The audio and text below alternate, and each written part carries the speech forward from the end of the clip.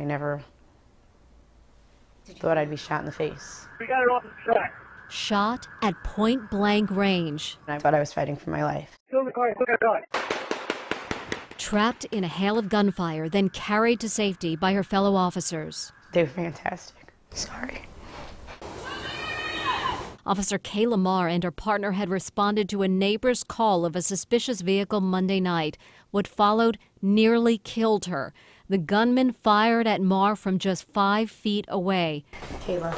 Mary, it's nice to meet you. so nice to see that you're okay. Thank you. This is the first time Officer Maher is talking about that fateful night. It was a routine call.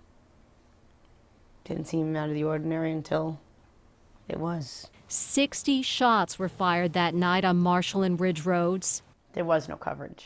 There was no place to hide. No, there was no cover. Officer Maher was trapped as the gun battle continued between police officers and the gunman. They gave her cover to get her out of harm's way. Not one but 2 officers had to carry her down this street to a waiting ambulance on Park Hill Avenue. Did you fear for your life? Of course, yeah. In one surveillance video, you see an officer carry her on his back. Before this, another officer pulled her away from the ambush. In those minutes, it must have felt like an eternity. It felt like forever. It was insane. I was just worried about everybody. You don't know what.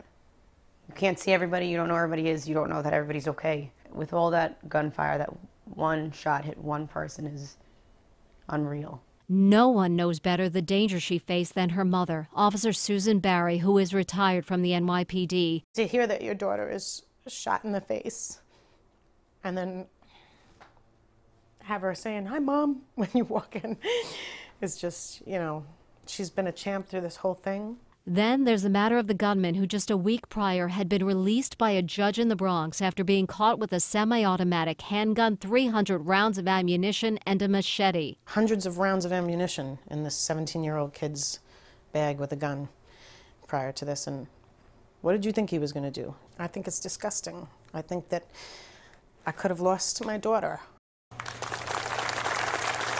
It was only one day after the shooting that Officer Maher emerged from the hospital with multiple fractures to her jawbone and a displaced break in her chin.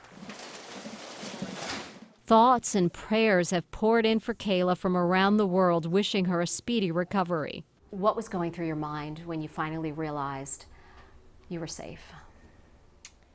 I wanted to make sure that the moneymaker was okay. For her and her family, no matter the long road, they are ever grateful she's alive. I'm so thankful that you're here. I'm so thankful I'm able to tell you I love you. I was very lucky. And if it wasn't for the officers that were on scene with me, I probably would have been a lot different.